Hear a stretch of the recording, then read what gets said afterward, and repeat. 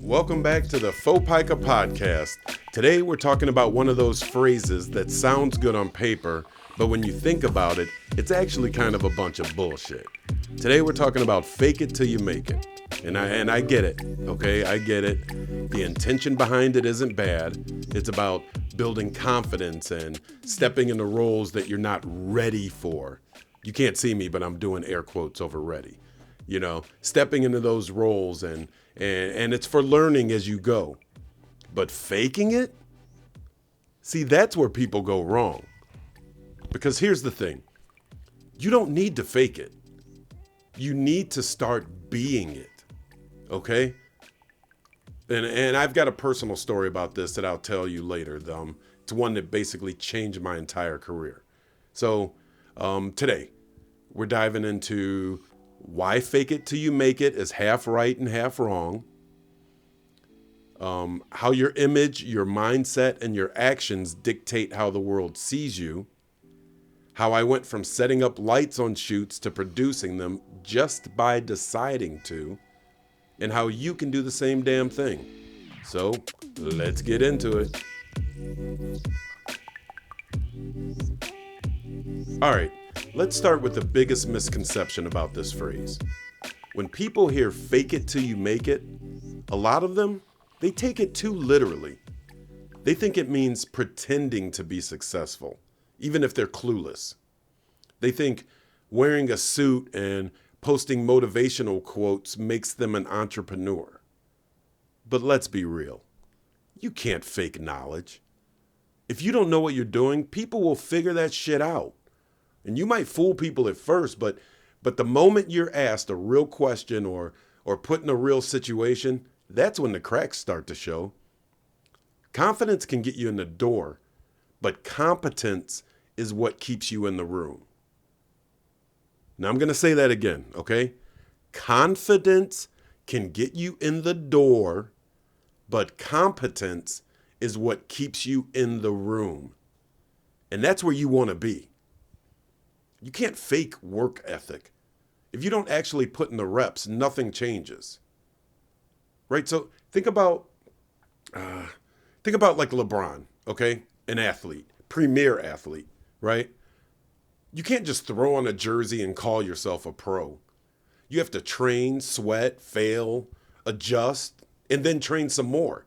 And that's the difference between playing dress up and actually becoming great. See, you can talk a good game all day long, but if you're not actually putting in that effort behind the scenes, you're going nowhere. And people who are truly great at what they do, they've put in the hours. They've done the hard, boring, repetitive work that nobody claps for. They see the dunk, but they don't see all that work that went in to allow them to be able to make that dunk. Because you can't fake results. If you're pretending to be an expert without backing it up, you're just scamming people.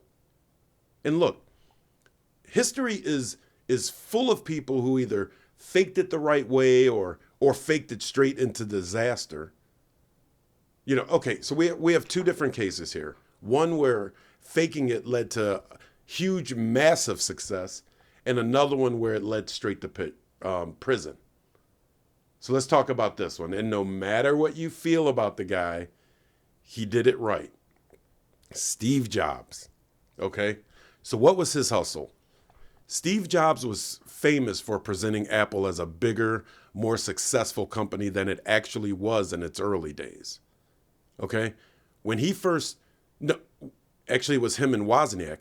When they first started pitching the Apple computers, they worked out of a garage. But Jobs made sure to always present Apple as a legitimate tech company with a strong vision. And we all see the outcome. Jobs secured funding, attracted talent, and built Apple into one of the most valuable companies in the world. Because he wasn't lying about what Apple could do. He was selling a vision of the future, before it actually existed. See, that's the right way to fake it. You believe in what you're building and you work relentlessly to make it real. But one that didn't work out was that Elizabeth Holmes with Theranos. So here's her thing. Elizabeth Holmes sold a dream, right? A revolutionary blood testing technology that would change healthcare. But there was one problem. The technology didn't actually work. So instead of hustling to make it real, she faked results. She misled investors and she scammed her way basically into a $9 billion valuation. So what was her outcome? Once the truth came out, Theranos collapsed. Holmes was convicted of fraud, and she went from being the next Steve Jobs to a cautionary tale of deception. And this is where fake it till you make it goes horribly wrong. When people lie instead of actually building something real. Do you see the difference there? Jobs faked it by selling a vision of what was coming, and then he built it. Holmes, she faked it by lying about what already existed and got exposed. And that's why fake it till you make it is dangerous if you don't understand the difference. You don't fake what you can't do. You step into what you're capable of, and then you start proving it. So what does that mean for you? It's simple. If you're building something real, sell the vision, but make sure you're backing it up with action. Because at some point, the receipts matter. And if you claim to be the best in your field but have nothing to show for it, eventually people catch on. And when that happens, it's not just embarrassing, it can wreck your whole credibility completely. But here's where the phrase does make sense. You don't need to fake confidence, you need to practice it. You don't need to fake success, you need to start acting like the person who would succeed. You don't need to fake expertise, you need to start learning and applying immediately. And that brings me to the turning point in my career. I've worked in video production for years. I started on camera as an actor, then I moved behind the camera. I've shot, edited, gripped, you name it. Just, you name it, I've done it. But over time, I realized something. I was meant to be a producer. I had the skills, I had the people management, I knew the work inside and out.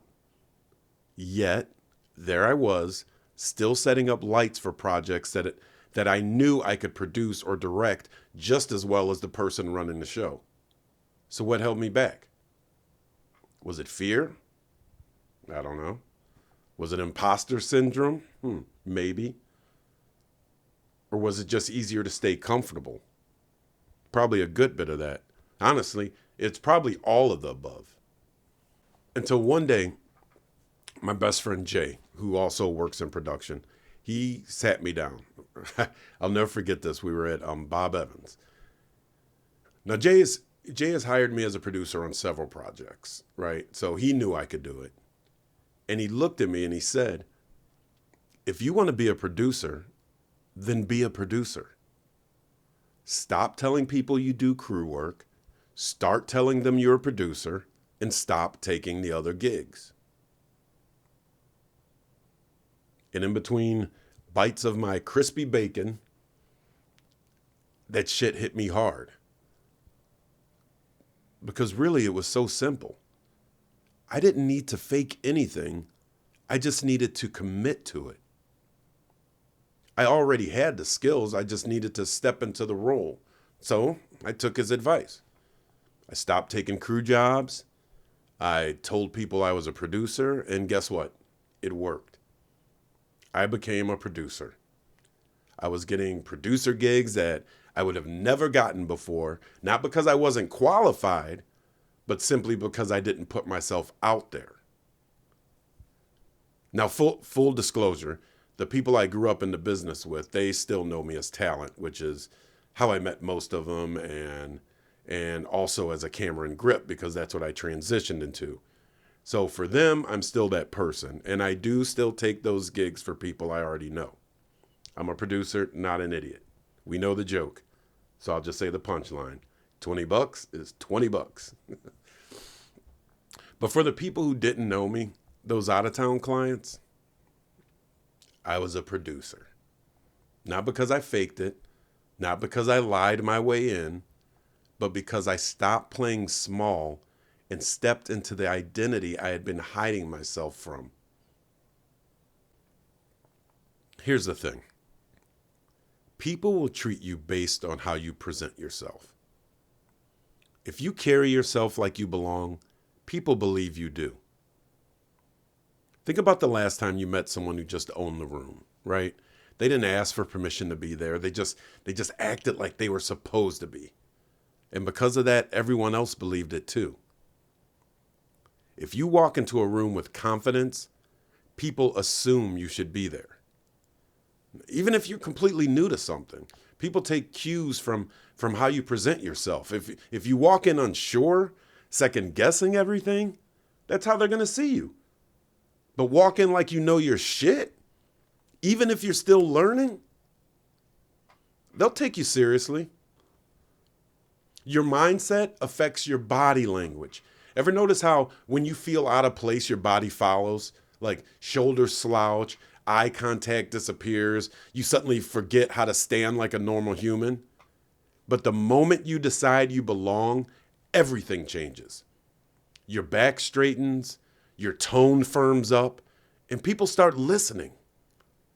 Your whole body language affects how people perceive you. Studies have shown that things like eye contact, open posture, strong handshake, they immediately change how competent someone is perceived to be. That same person slouching, mumbling, and avoiding contact, they don't get the same respect. And how people perceive you affects the opportunities you get. So whether it's a job interview, a business deal, or even social dynamics, perception matters. People offer opportunities to those they see as capable, as confident, as ready to handle them. If you don't present yourself as that person, those chances, they go to someone else. And this applies to everything. You want to be taken seriously in business, start dressing like it. You want to be more confident in conversations, start speaking with certainty. You want to be respected in your industry, start acting like a pro even before you feel like one. And look, I struggled with this podcast and the upcoming book too. Because you know what? Who the hell am I? I'm not a self-help guru. I don't have a bunch of psychology degrees. Hell, I don't have any degrees. I've got a few college courses, a piece of paper from the Ohio School of Broadcasting, and a military career that didn't exactly scream success story. Now, I'm not going into that one, but let's just say it was suggested that I come home for the good of the Army. Also, air quotes. There's no faking it there. That's for damn sure. But what I do have is life experience. I've been through some shit, and I'm still going through some shit. And you know what? That's exactly why I started this podcast. So you may ask yourself, but what if I'm not ready?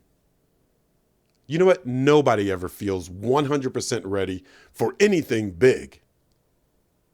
But the people who succeed are the ones who move forward anyway. You can't wait for confidence. You have to build it through action. You can't wait for the right moment. You have to make it the right moment. And you can't wait until you deserve something because nobody's handing out permission slips. You don't need to fake anything. You need to just start becoming. Confidence isn't something you find. It's something you build. Your future self is waiting for you to step up. It's time to stop playing the game, and it's time to get into it. But before you do, please take a second to like, follow, and share this podcast, because I'm sure there's someone in your life who needs to hear it, even if they don't know it. Until next time, I'm David J., and you've been listening to the F.O.P.I.C.A podcast. I'll see you.